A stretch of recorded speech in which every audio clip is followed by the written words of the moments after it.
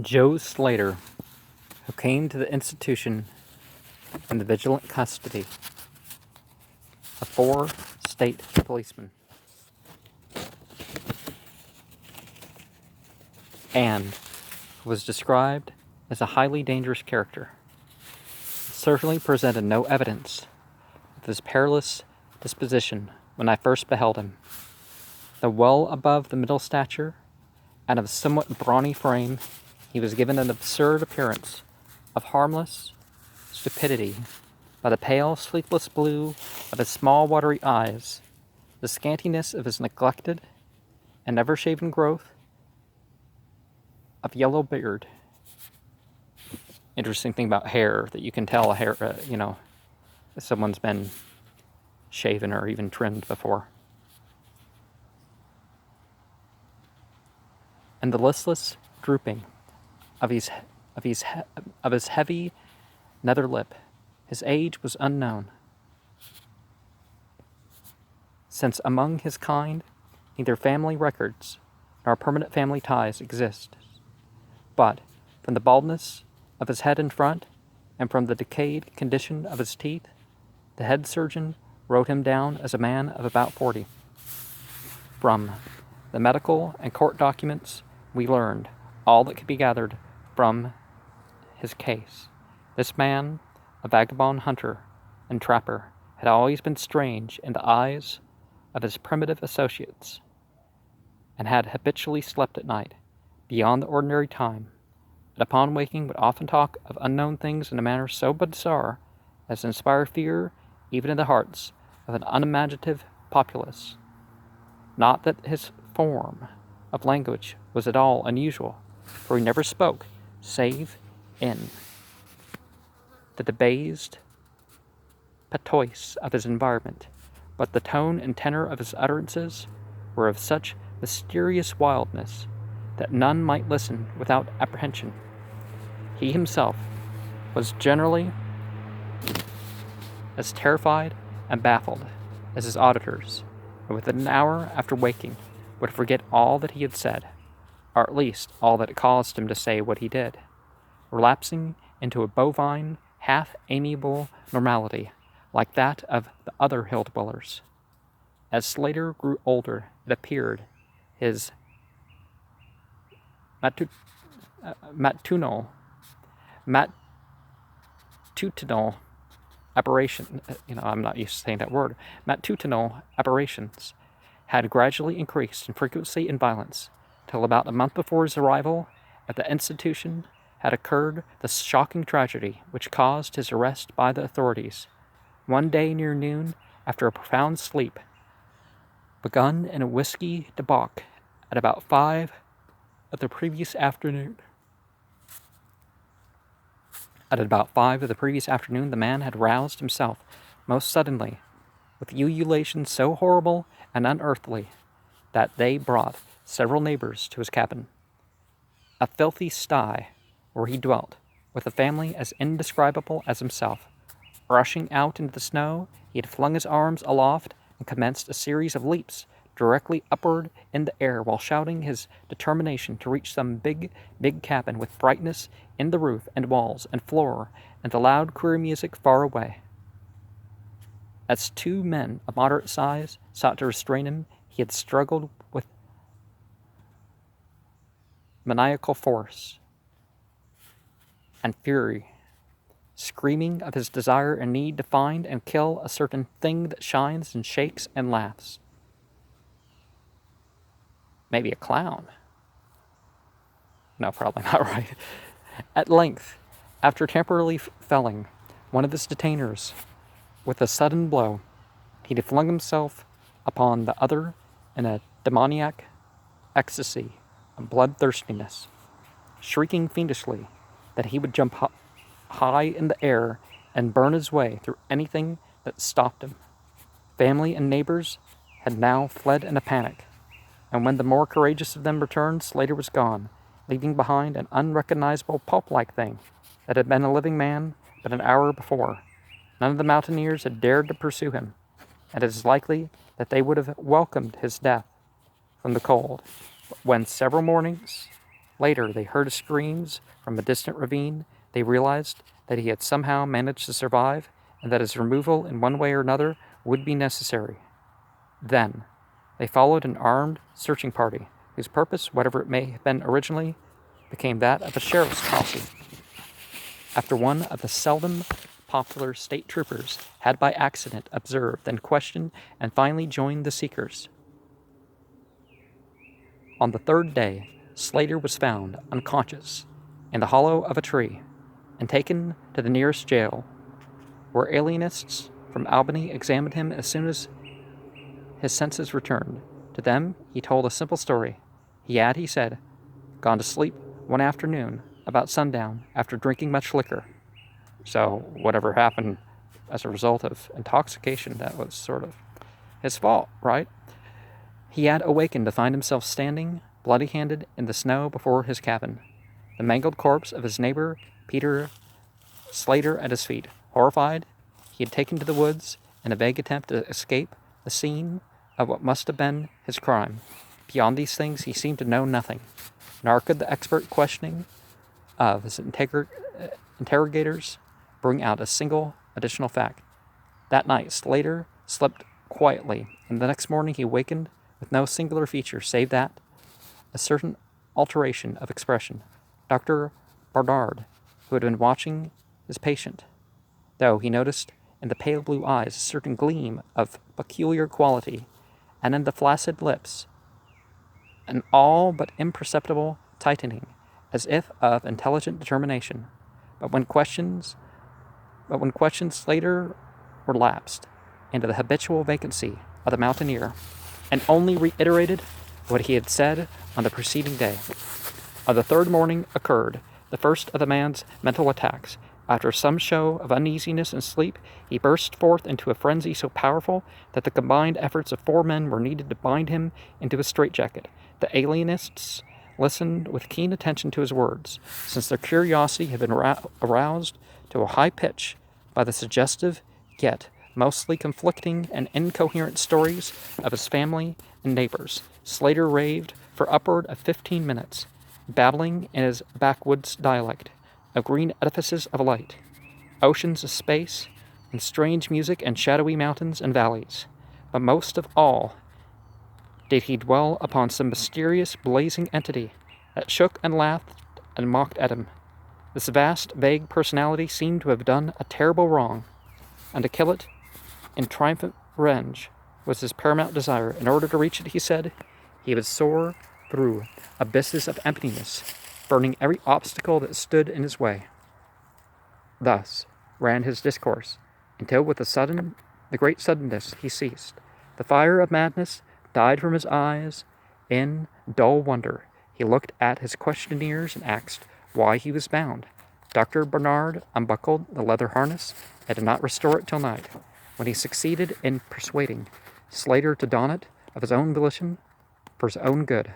The man had now admitted that he sometimes talked queerly, though he knew not why. Within a week or 2 more, attacks appeared, but from them doctors learned little.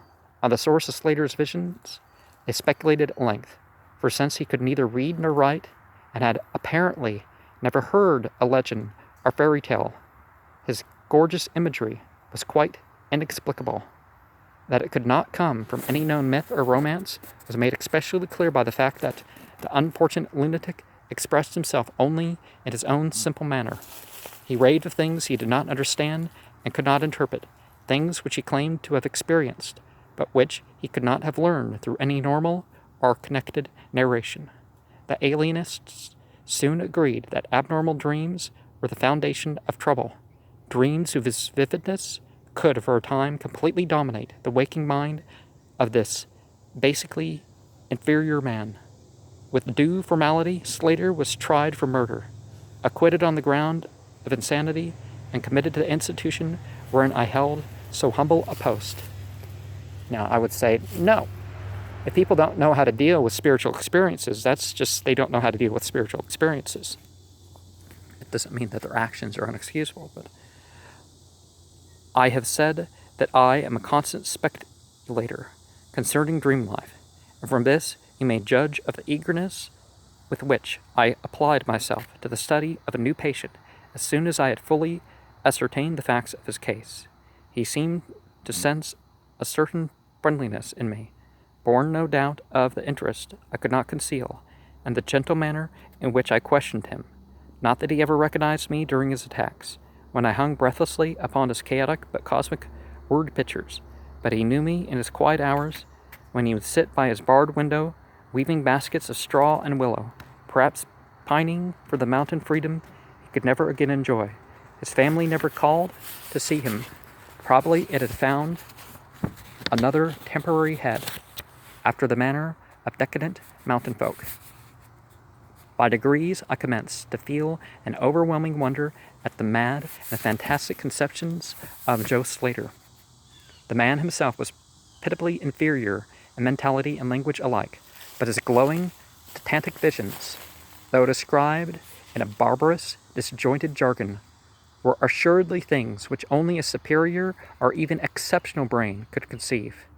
How I often asked myself, could the stolid imagination of a Catskill degenerate conjure up sights whose very possession argued a lurking spark of genius? How could any backwoods dullard have gained so much as an idea of the glittering realms of supernal radiance and space about which Slater ranted in his furious delirium?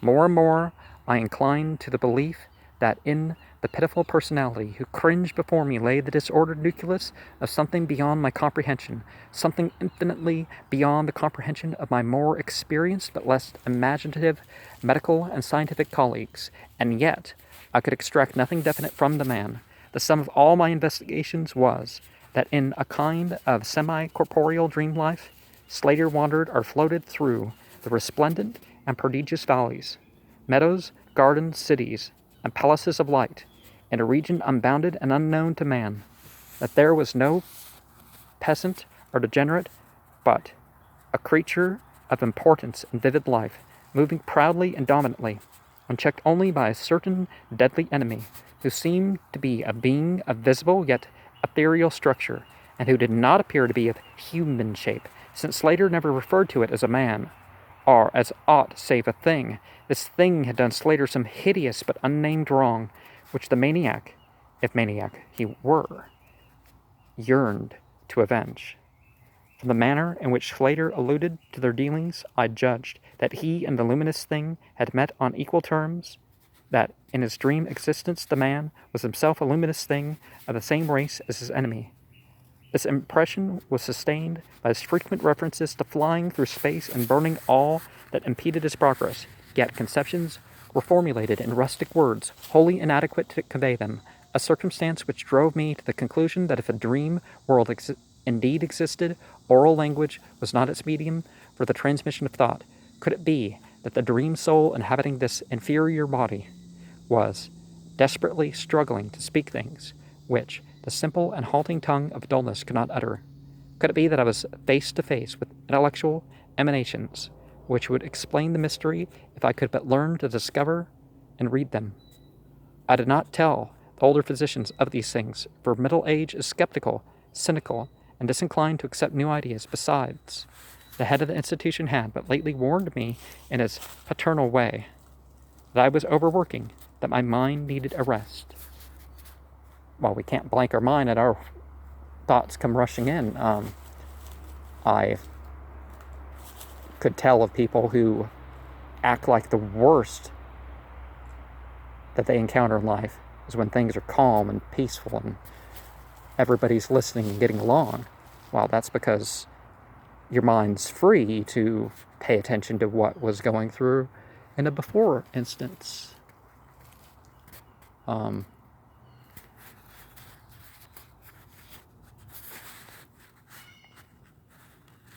It had long been my belief that human thought consists basically of atomic or molecular motion, convertible into ether waves or radiant energy like heat, light, and electricity. This belief had early led me to contemplate the possibility of telepathy or mental communication by means of suitable apparatus, and I had in my college days prepared a set of transmitting and receiving instruments somewhat similar to the cumbrous devices employed in wireless telegraphy at the crude and pre-radio period. These I had tested with a fellow student, but achieving no result, had soon packed them away. With other scientific odds and ends for possible future use, now my intense desire to probe into the dream life of Joe Slater, I sought these instruments again and spent several days in repairing them for action. When they were complete, once more I missed no opportunity for their trial. At each outburst of Slater's violence, I would fit the transmitter to his forehead and the receiver to my own, constantly making delicate adjustments for various hypothetical wavelengths of intellectual energy. I had but little notion of how the thought impressions would, if successfully conveyed, arouse an intelligent response in my brain, but I felt certain that I could detect and interpret them. Accordingly, I continued my experiments, though informing no one of their nature. It was on the 21st of February, 1901, that the thing occurred. As I looked back across the years, I realized how unreal it seems, and sometimes wonder if old Dr. Fenton was not right when he charged it all to my excited imagination. I recall that he listened with great kindness and patience when I told him, but afterward gave me a nerve powder and arranged for the half-year's vacation on which I departed the next week. Nerve powder, huh? This was 20. Was that heroin or what was that?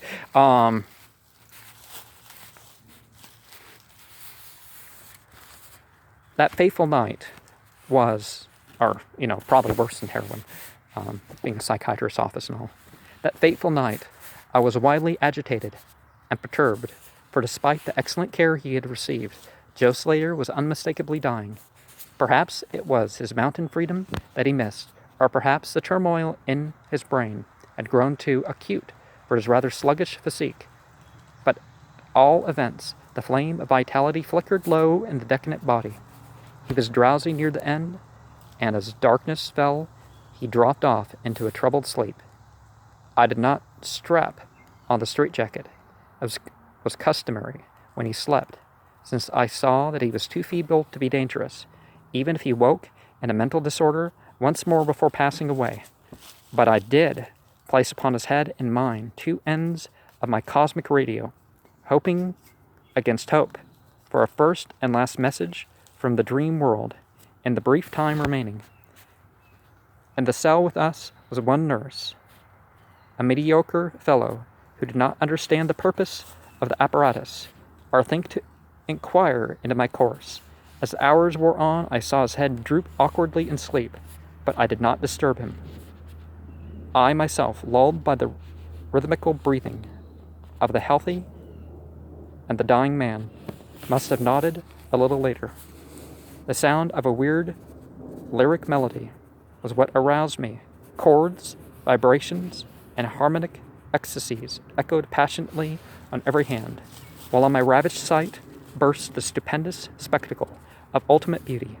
Walls, columns, and architraves of living fire blazed effulgently around the spot where I seemed to float in the air, extending upward to an infinitely high, vaulted dome of indescribable splendor, blending with this display of palatial magnificence, or rather supplanting it at times in kaleidoscopic rotation, were glimpses of wide plains and graceful valleys, high mountains and inviting grottos, covered with every lovely attribute of scenery which my delighted eyes could conceive of, yet formed wholly of some glowing, ethereal, plastic entity, which, in constancy, partook as much of spirit as of matter. As I gazed, I perceived that my own brain held the key to these enchanting metamorphoses. For each vista which appeared to me was the one my changing mind most wished to behold. Amidst this Elysian realm, I dwelt not as a stranger, for each sight and sound was familiar to me, just as it had been uncounted eons of eternity before, and would be war like eternities to come. Then the resplendent aura of my brother of light drew near and held colloquy with me, soul to soul, with silent and perfect interchange of thought. The hour was one of approaching triumph, for was not my fellow being escaping at last from a degrading periodic bondage, escaping forever and preparing to follow the accursed oppressor, or even to the uttermost fields of ether, that upon it might be wrought a flaming cosmic vengeance which would shake the spheres. We floated thus for a little time when I perceived the slight blurring and fading of the objects around us, as though some force were recalling me to earth, where I least wished to go. The form near me seemed to feel a change also, for it gradually brought its discourse toward a conclusion, and itself prepared to quit the scene, fading from my sight at a rate somewhat less rapid than that of the other objects. A few more thoughts were exchanged, and I knew that the luminous one and I were being recalled to bondage, though, for my brother of light, it would be the last time. The sorry planet shell, being well nigh spent, in less than an hour, my fellow would be free to pursue the oppressor along the Milky Way and past the hither stars to the very confines of infinity. A well-defined shock separates my final impression of the fading scene of light from my sudden and somewhat shamefaced awakening, and straightening up in my chair as I saw the dying figure on the couch move hesitantly. Joe Slater was indeed awaking, though probably for the last time.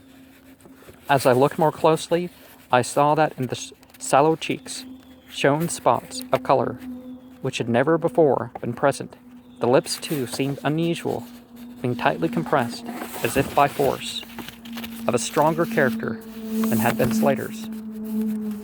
The whole face finally began to grow tense, and the head turned restlessly, with closed eyes. I did not rouse the sleeping nurse, but readjusted the slightly disarranged headband of my telepathic radio, intended to catch any parting message that the dreamer might have to deliver. All at once the head turned sharply in my direction, and the eyes fell open, causing me to stare in blank amazement at what I beheld. The man who had been Joe Slater, the Catskill decadent, was gazing at me with a pair of luminous, expanding eyes, whose blue seemed subtly to have deepened. Neither mania nor degeneracy was visible in that gaze, and I felt beyond a doubt that I was viewing a face behind which lay an active mind of a high order. At this juncture, my brain became aware of a steady external influence operating upon it. I closed my eyes to concentrate my thoughts more profoundly, and was rewarded by the positive knowledge that my long-sought mental message had come at last. Each transmitted idea formed rapidly in my mind. As though no actual language was employed, my habitual association of conception and expression was so great that I seemed to be receiving the message in ordinary English. Joe Slater is dead, came the soul putrefying voice of an agency from beyond the wall of sleep. My opened eyes sought the couch of pain and curious horror, but the blue eyes were still calmly gazing, and the countenance was still intelligently animated. He is better dead, for he was unfit to bear the active intellect of cosmic entity. His gross body could not undergo the needed adjustments between ethereal life and planet life. He was too much an animal, too little a man. Yet it is through his deficiency that you have come to discover me, for the cosmic and planet souls rightly should never meet. He has been in my torment and diurnal prison for 42 of your terrestrial years. I am an entity like that which you yourself become in the freedom of dreamless sleep. I am your brother of light, and have floated with you in the effulgent valleys. It is not permitted me to tell your awakening earth self of your real self, but we are all roamers of vast spaces and travelers in many ages. Next year I may be dwelling in Egypt, which you call ancient, or in the cruel empire of Sanjan, which is to come, 3,000 years hence. You and I have drifted to the worlds that reel about the red Arcturus, and dwelt in the bodies of the insect philosophers that crawl proudly over the fourth moon of Jupiter. How little does the earth's self know life and its extant? How little indeed ought it to know for its own tranquility? Sometimes there are jinn that convince people that, they are really a part of themselves, talking to part of themselves, and convince people of reincarnations. And those who merge as human nexions for the jinn are very often people who experience like in such a way that they interpret as they had a past life. Although that's not quite necessary for that to always be the case. Of the oppressor I cannot speak. You on earth have unwittingly felt its distant presence. You who without knowing idly gave the blinking beacon the name of Algol, the demon star. It is to meet and conquer the oppressor that I have vainly striven for aeons, held back by boldly encumbrances. Tonight I go as a nemesis, bearing just and blazely cataclysmic vengeance. Watch me in the sky close by the demon star. I cannot speak longer, for the body of Joe Slater grows cold and rigid, and the coarse brains are ceasing to vibrate as I wish. You have been my only friend on this planet, the only soul to sense and seek for me, with the repellent form which lies on this couch. We shall meet again, perhaps in the shining mists of Orion's sword, perhaps on a bleak plateau in prehistoric Asia, perhaps in an unremembered dream tonight, perhaps in some other form an aeon hence, when the solar system shall have been swept away. At this point, the thought waves abruptly ceased, and the pale eyes of the dreamer, or can I say dead man, commenced to glaze fishily. In a half stupor I crossed over the couch and felt of his wrist, but found it cold, stiff, and pulseless. The sallow cheeks paled again, and the thick lips fell open, disclosing the repulsively rotten fangs of the degenerate Joe Slater. I shivered, pulled a blanket over the hideous face, and awakened the nurse. And then I left the cell and went silently to my room. I had an instant, an unaccountable craving for sleep, whose dreams I should not remember. The climax? What pale tale of science can boast of such a rhetorical effect? I had merely set down certain things, appealing to me as facts, allowing you to construe them as you will. As I have already admitted, my superior, old Dr. Fenton, denies the reality of everything I have related. He vows that I was broken down with nervous strain and badly in need of a long vacation on full pay, which he so generously gave me. He assures me, on his professional honor, that Joe Slater was but a low-grade paranoiac, whose fantastic notions must have come from the crude, hereditary folk tales which circulated in even the most decadent of communities. All this he tells me, yet I cannot forget what I saw in the sky on the night after Slater died. Lest you think me a biased witness, another pen must add its final testimony, which may perhaps supply the climax you expect. I will quote the following account of the star Nova Persei, verbatim from the pages of that eminent astronomical authority, Professor Garrett P. Servies. On February 22nd, 1901, a marvelous new star was discovered by Dr. Anderson of Edinburgh, not very far from Algol. No star had been visible at that point before. Within 24 hours, the stranger had become so bright that it outshone Capella. In a week or two, it had visibly faded, and in the course of a few months, it was hardly discernible with the naked eye.